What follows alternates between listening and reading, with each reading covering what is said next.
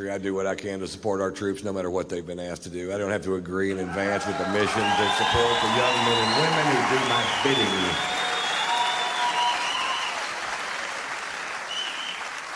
Last year I went on a UFO tour. UFO.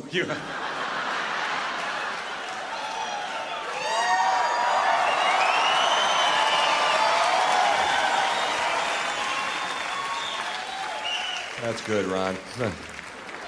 I went on a UFO tour, which not a lot of comedians are asked to do. Because the jokes translate so poorly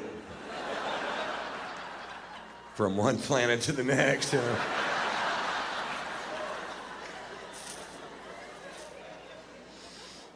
These are legal aliens.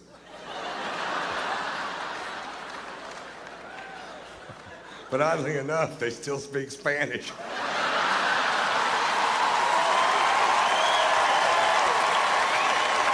I went on a USO tour, and I'll tell you the difference.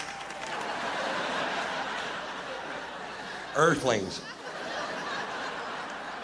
I was in Germany for 10 days doing shows for troops going into and coming out of Iraq and Afghanistan, and they asked me to go to Iraq, and I was like, fuck you, man. I'm not going to that shithole. I'm 50 and fat. I'll get shot. I couldn't dodge a goddamn donut if you threw it at me.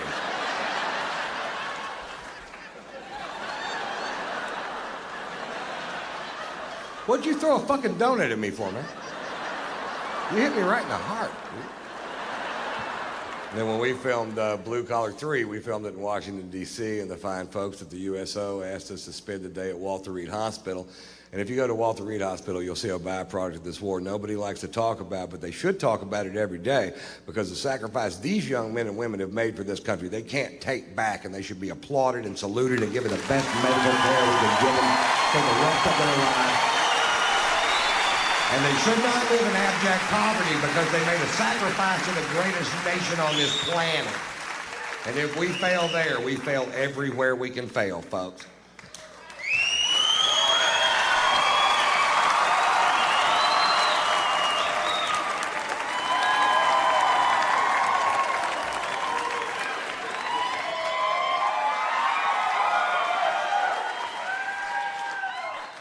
To the troops, guys. Cheers.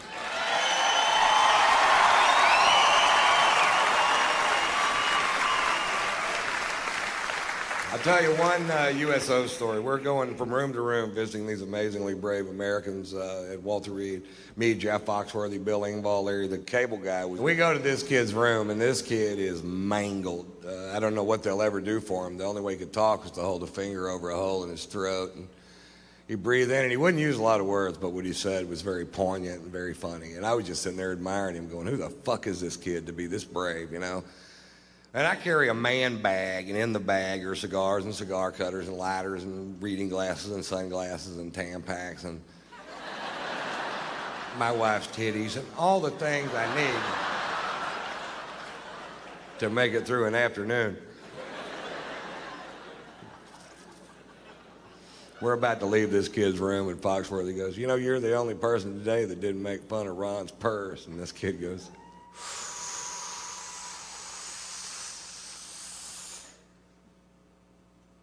pussy.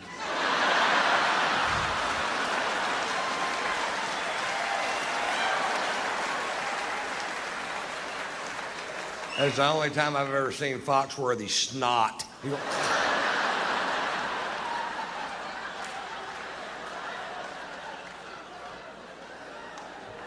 He called you a pussy, dude. Or however he talks.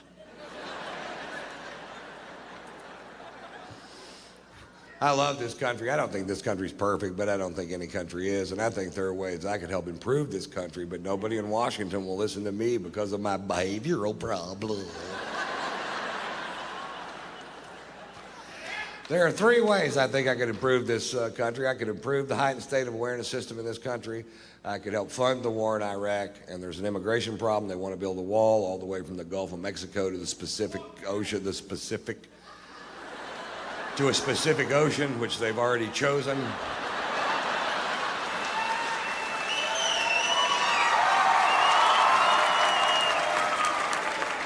Oh, he was sharp than that. We saw him. Went on a UFO tour and took a trip across a Pacific Ocean, which he had already chosen in advance.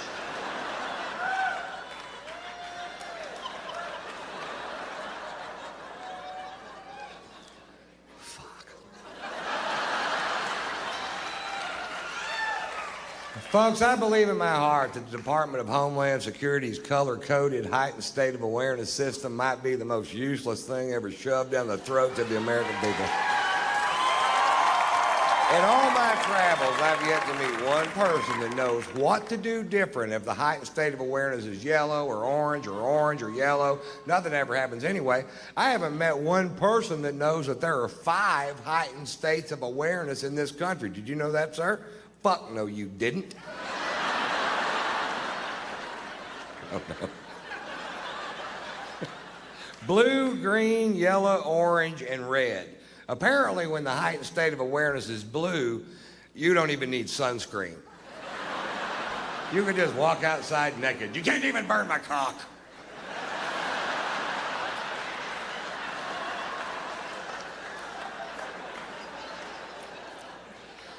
I'm not sure why the Scottish guy said that.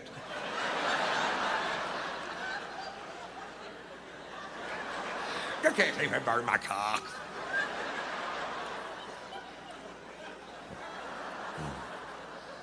The biggest problem I have with the heightened state of awareness system in this country is that it makes no sense. The second biggest problem I have with it is that it scares my mother. Thanks. The last time the heightened state of awareness switched from yellow to orange, my mother called me, and my mother is very rural, as am I.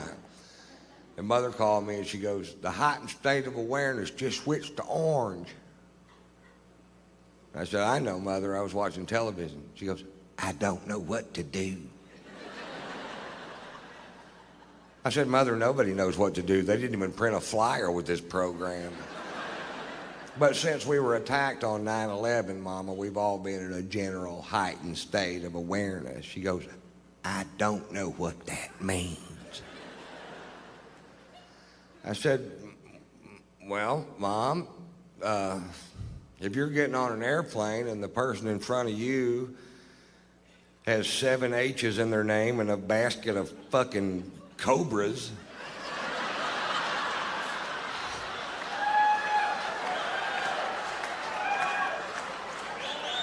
check their shoes for fuses.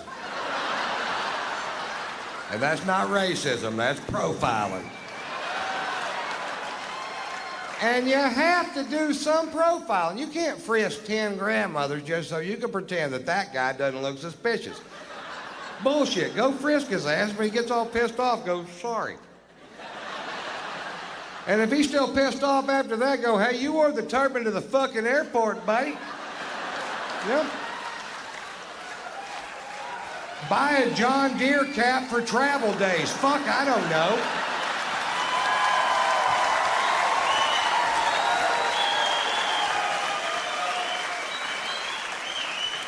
Buy a John Deere turban. Do they make them? I'm sorry, we're a little edgy.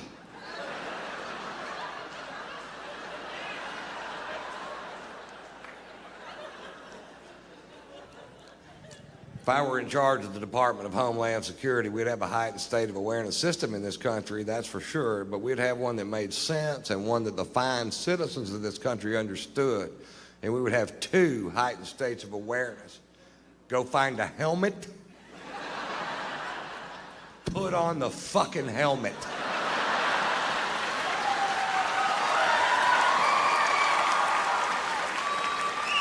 That way I know what to say to my mother when she calls. I don't know what to do. It's put on a fucking helmet, damn.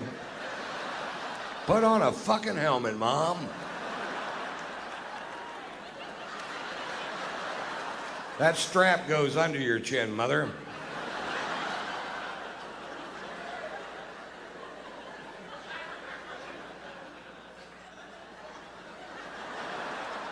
When Mother has her helmet on, she forgets her neck works.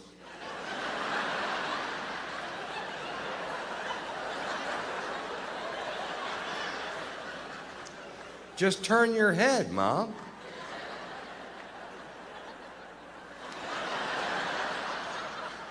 You're getting it.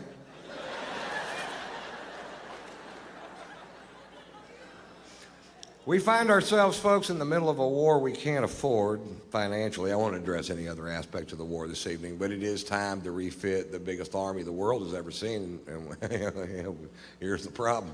We're broke. We ain't got no money. We're still writing checks like you do in real life. Just praying to God somebody will cash one of these useless son of a bitches, you know?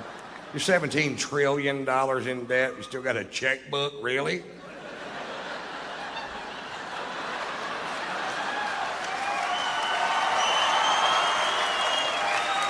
Seems like somebody eventually is going to take that checkbook away, you know? And we, you know what? China's cashing our checks, and that's not a good plan for this country, mark my word. And they can't figure out a way to fund this war. And I came up with a great idea that nobody will listen. I read an article in the paper in L.A. that said they're going to try to outlaw the big screen, real-life handgun shooting video games because they say that that's what's wrong with the youth of America today. They'll learn how to accurately shoot guns with video games. It's not a parenting problem. Oh, fucking no. No, it's a video problem. Doesn't it piss you off when you have a genuine problem, you try to tack a solution to it? It's got nothing to do with the problem. You know what I mean? I came up with a great idea. Don't outlaw those machines. Give them to the state troopers of California because they're some of the worst shots I've ever seen in my life. I saw a shootout once live on TV that went on for so long, eventually the criminal got frustrated and shot himself. And the cops were on TV whining about it, going, he's got on body armor, he's got on body armor. I'm watching it live on CNN going, I can see his head, shoot him in the fucking head. Give my kid a shot. How's that, Daddy? Good shot, Poot. Everybody relax. Poot took him out. Thank God Poot was there with his considerable skills. Horrible shot. Some cops are. You ever see tape of the Kehoe brothers from Ohio? Those guys that get out of that white Suburban, they show it on cops.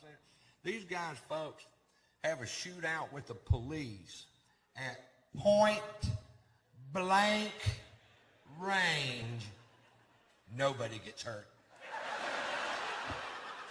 I would love to have been at the office the next day when that guy's being interviewed by the chief. And then what happened? Well, at that point, I unloaded my semi-automatic 9mm weapon at point blank range.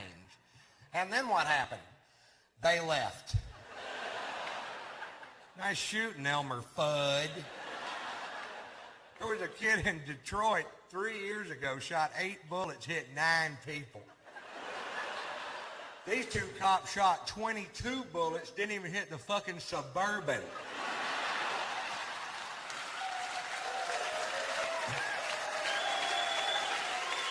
Give those guys a roll of quarters, drop them off at the mall. That's all I'm saying. You know what I mean? It's just not like Texas, you know. I'll tell you the biggest difference between Texas and California. In Texas, we have the death penalty, and we use it.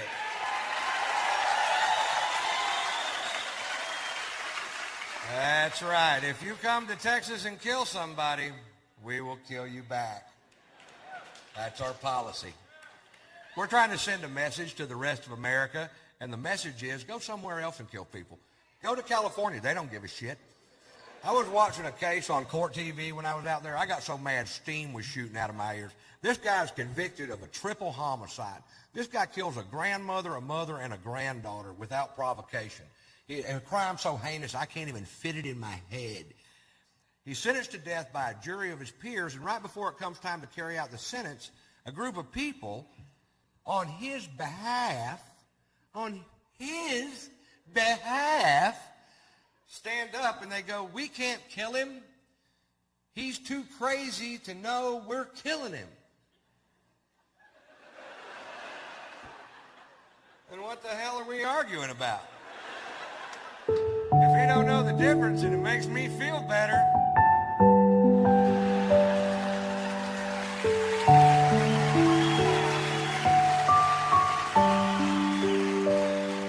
How do you know he's crazy? That's what I want to know. Of course he's crazy. He killed 3 people, you know. This is what they said.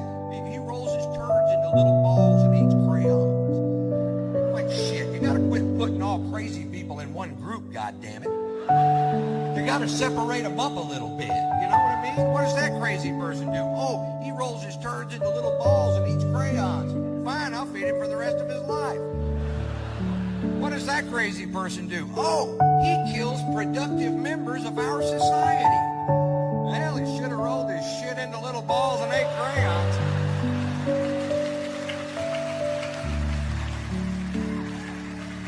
Because the penalty is much less severe.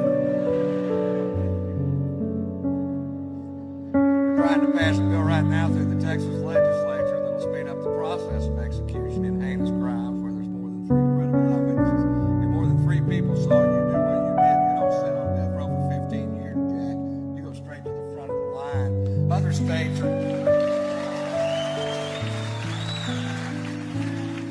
states are trying to abolish the death penalty. My state's putting in an express lane.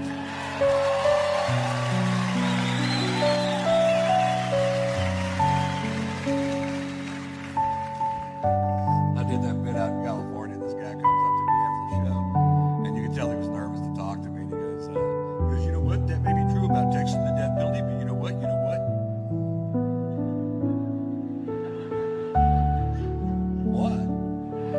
Waited for me to say what? That's kind of cute.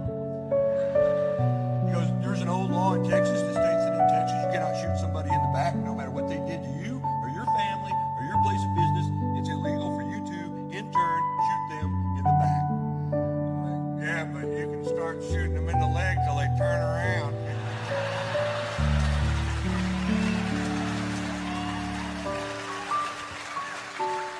Because eventually they're going to get curious.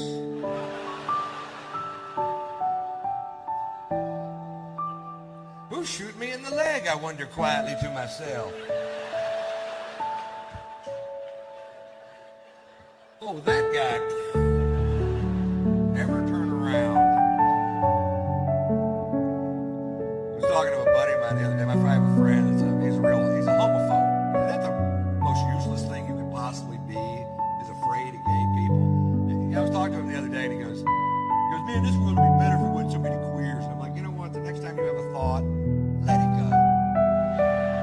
I go, we're all gay. It's just to what extent are you gay? He goes, that's bullshit, man. I ain't gay at all. I'm like, yeah, you are, and I can prove it. He goes, fine, prove it. I'm like, all right, do you like porn? He goes, yeah, I love porn. You know that. I'm like, oh, do you only watch scenes with 2 women together? He goes, no, I watch a man and woman making love. I'm like, oh, do you like the guy to have a small, half-flaccid penis? He goes, no, I like big, hard-throbbing cock.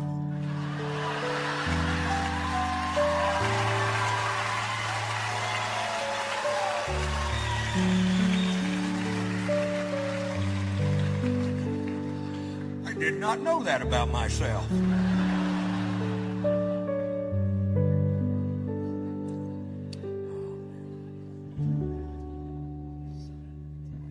I promised Sears I would tell this story on stage every night until the lawsuit settled. I had my van down in Savannah, Georgia. I didn't like the way the tires were wearing on it. I took the van to Sears Automotive, a trusted name in automotive service. It takes them 3.5 hours to change 4 tires. Apparently they had to whittle one of them out of a piece of wheat. I pay them $980 of my hard-earned money. I take a right-hand turn out of the mall. The left rear wheel falls off. It falls off.